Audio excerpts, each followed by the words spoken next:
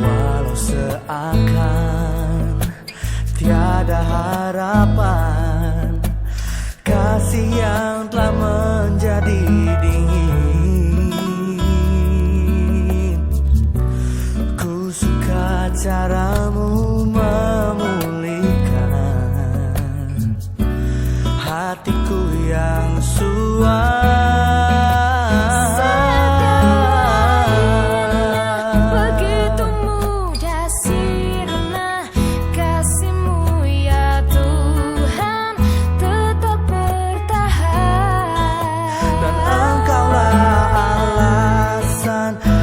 Hatiku percaya kasih masih ada di dalam dunia.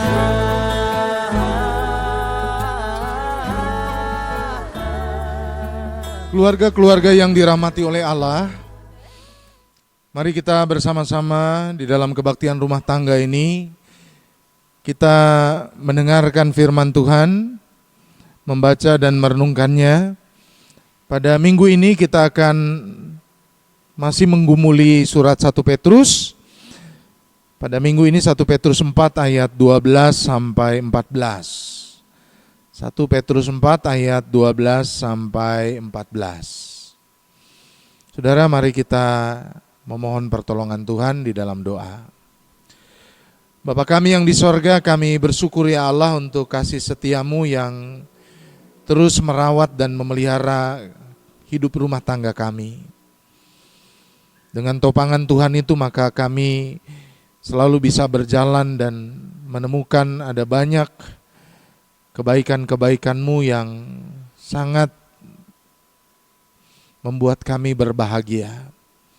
Karenanya ya Bapa, saat ini kami rindu untuk mendengarkan firman-Mu.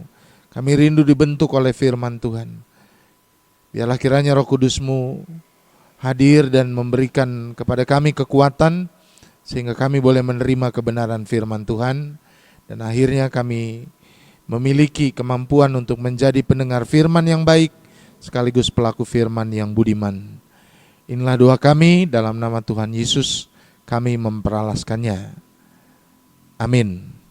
1 Petrus pasalnya yang kedua ayat 12 sampai 14. Begini bunyi kesaksian firman Tuhan. Saudara-saudara yang kekasih, janganlah kamu heran akan nyala api siksaan yang datang kepadamu sebagai ujian. Seolah-olah ada sesuatu yang luar biasa terjadi atas kamu. Sebaliknya bersukacitalah sesuai dengan bagian yang kamu dapat dalam penderitaan Kristus, supaya kamu juga boleh bergembira dan bersukacita pada waktu Ia menyatakan kemuliaannya.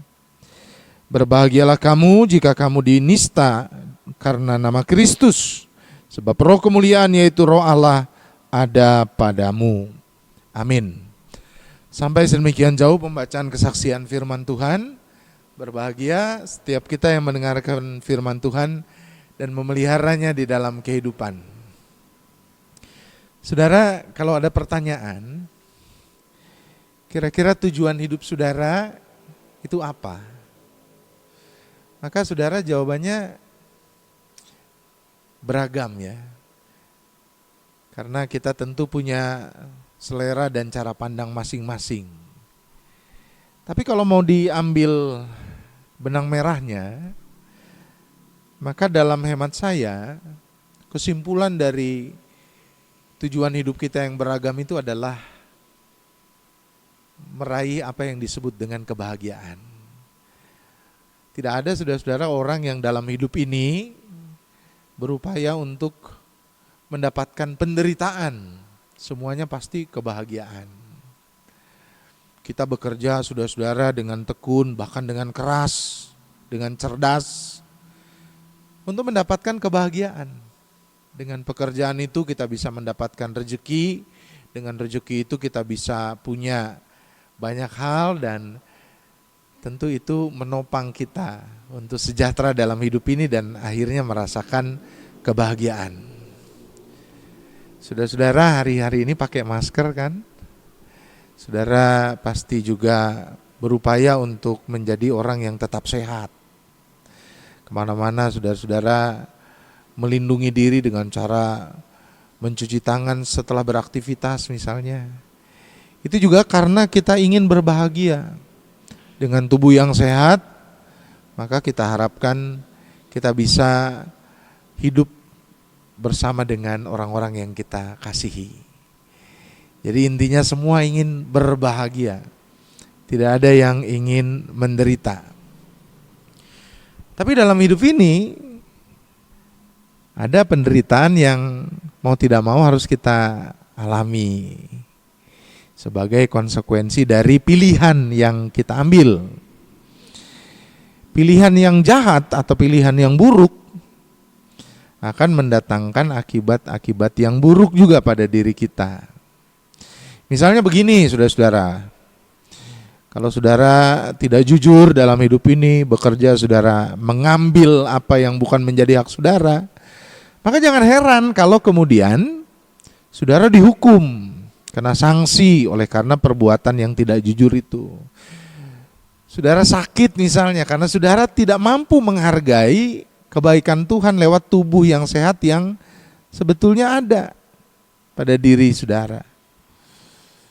Misalnya saudara minum minuman keras, atau saudara seringkali begadang, tidak punya pola istirahat yang baik, maka tubuh saudara akan sakit. Pilihan kita yang salah akan mendatangkan akibat yang buruk. Tapi saudara-saudara, ada kalanya juga pilihan yang baik ini mengandung konsekuensi yang buruk juga. Misalnya soal iman, saudara-saudara. Hari-hari ini pilihan itu kan semakin membuat kita goyah dalam iman. Tidak gampang hidup dijalani dengan prinsip iman. Jadi kalau zaman dulu katanya saudara-saudara, korupsinya di bawah meja. Lalu beralih ke masa berikutnya, konon katanya korupsinya di atas meja.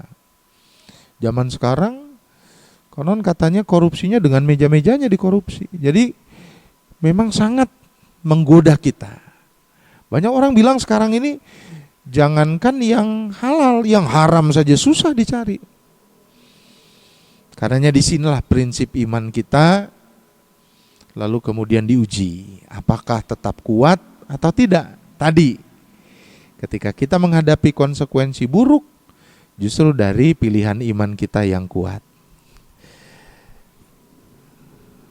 Di beberapa minggu yang lalu kita belajar ini konsekuensi iman dari jemaat di Asia Kecil bagian utara. Mereka yang beragama Kristen dan mendapatkan banyak tantangan. Sebagai pekerja mereka mendapat tantangan, sebagai bagian dari masyarakat mereka dikucilkan, sebagai bagian dari kehidupan sosial mereka diasingkan, teralienasi. Sebagai hamba mereka juga ditekan, sebagai pendatang mereka kemudian dikesampingkan. Dan muara dari semuanya itu adalah karena mereka beriman kepada Kristus. Ada konsekuensi buruk yang mereka kemudian alami.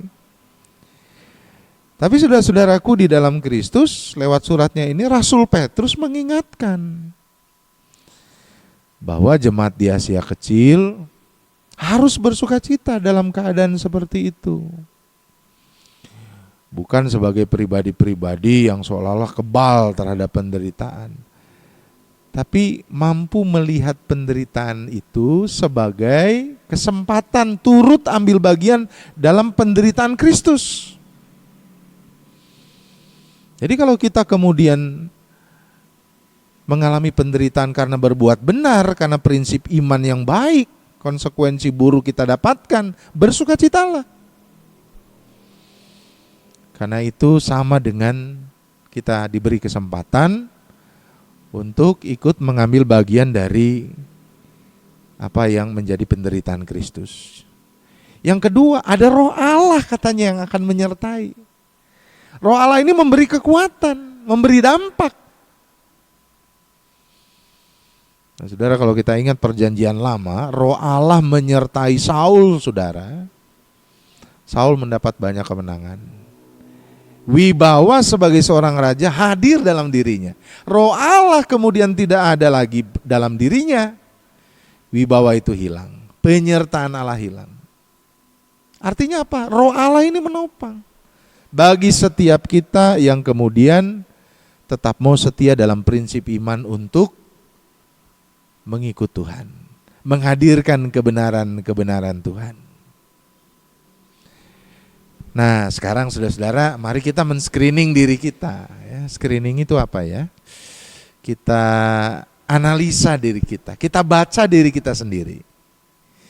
Kita ada di wilayah mana?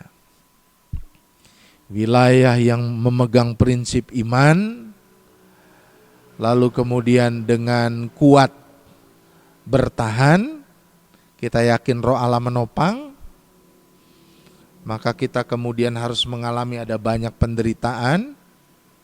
Wah, saya jujur di kantor, orang-orang memandang saya beda.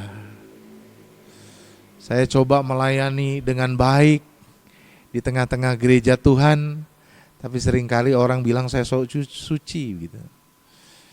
Dalam kondisi seperti itu, saudara-saudara, roh Allah akan menopang kita. Tapi saudara-saudara, kalau kita memang mengalami penderitaan hari-hari ini oleh karena kesalahan kita sendiri, berubahlah. Jadilah pribadi yang bertobat, berbalik dari jalan yang keliru, kembali kepada Allah. Sehingga dengan itu maka kita boleh layak untuk kembali menerima kasih-Nya. Tetap kuat, tetap bersemangat menjalani hidup ini. Mari tetap kita yakini Allah akan menguatkan kita. Terpuji nama Tuhan, amin. Mari kita berdoa. Bapa kami yang di sorga, kami bersyukur ya Bapa untuk firman Tuhan yang kami dengarkan saat ini, yang membuat kami semakin kuat bertahan menjalani kehidupan kami bersama denganmu ya Tuhan. Memegang prinsip iman dengan setia, sekalipun itu tidak mudah, karena mungkin kami akan mengalami penderitaan, oleh karena dunia membenci kebenaran yang kami pegang. Namun kami yakini pertolongan Tuhan, hadirnya roh Allah akan tetap menopang kami. Bapak, jangan biarkan kami menjadi pribadi-pribadi yang meninggalkan Kristus karena tantangan, oleh karena prinsip iman. Biarlah kami dapat selalu mau memikul salib Tuhan. Sekalipun susah derita, kami percaya Engkau akan tetap membawa kami pada akhirnya kepada kebahagiaan yang sejati. Terima kasih Allah, di dalam nama Tuhan Yesus kami berdoa.